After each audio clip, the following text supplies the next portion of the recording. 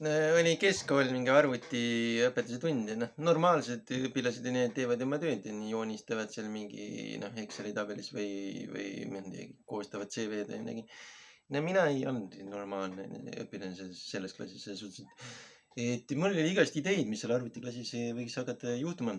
Ja raamatukogus kuskil Tartus oli kättesaadav mul siuke mingi crackimine võhikutele ja kuidas nüüd lahti või muukida ja võtta erinevaid arvutisüsteeme.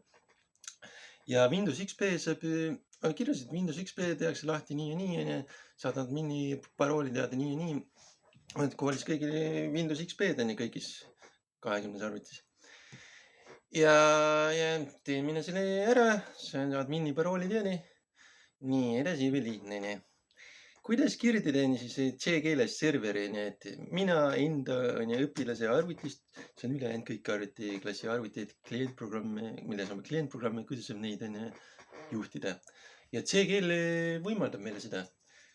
Mingi Python ei luba sul seda serverit teha, aga C saab, onju.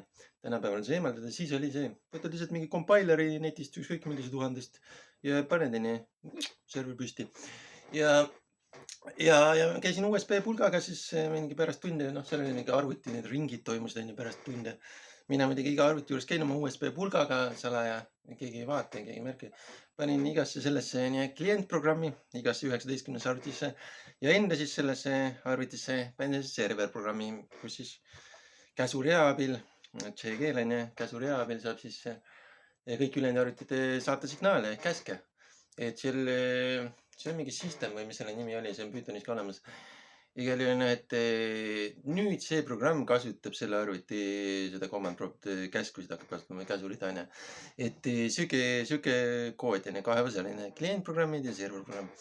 Ja LANis on, ta leiab need üles, need on ühenduses selles kohtvõrgus. Tunni ajal siis hakkan show off tegema kaasõpilasena. Sõber on kõrval onju, teeb mingi endal Painti lahti järsku enda arvutist, teema Paint hüpatab lahti, paneb kinni, teen uuesti lahti, paneb kinni. See hakkab vaatama, võtab selle task manageri Windows XP-s lahti, et kus see viirus on, et mul on startup'is hidden file, kui arvuti pannakse käima, siis startup'is hidden file avab selle klientprogrammidel, mis on ühenduses kohtvõrgus minu serverprogrammiga. Aga ta ei leia üles seda, kus see task manageris kuskil peab see projekt, see protsess olema, et mis protsess siin päriselt käib, seda ei ole viitsinud sealt proovida eemaldada ja hakkab otsima, panen task manageri tal kinni enda arvutist. Et see, mis ta selle otsib, ei ole olemas. Ja siis ma jätsin sellega rahule, panin piiksuma veel paari õpilase arvuti ja kaugemale ei läinud, et ikka viisakuse ja sotsiaalsuse raamides, aga tolle pärast sattusin direktori ka pärast, et ma olin veel mingeid lahjemaid viirusi pannud neile, mis kellegi teise kasutaja parooli oli veel kätte saanud ja panin sinna mingit kahtlasi asju, mis jookstasid vist midagi seal.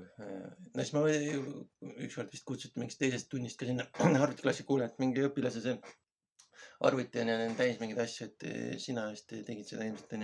Seal oli mitu korda jäin selle vahele ka mingite asjadega, aga jah, et tollel koolidel olid nii suured load, et sai nende C-servereid sai seal alaealised ehitada, et tasemel on koolid selles suhtes.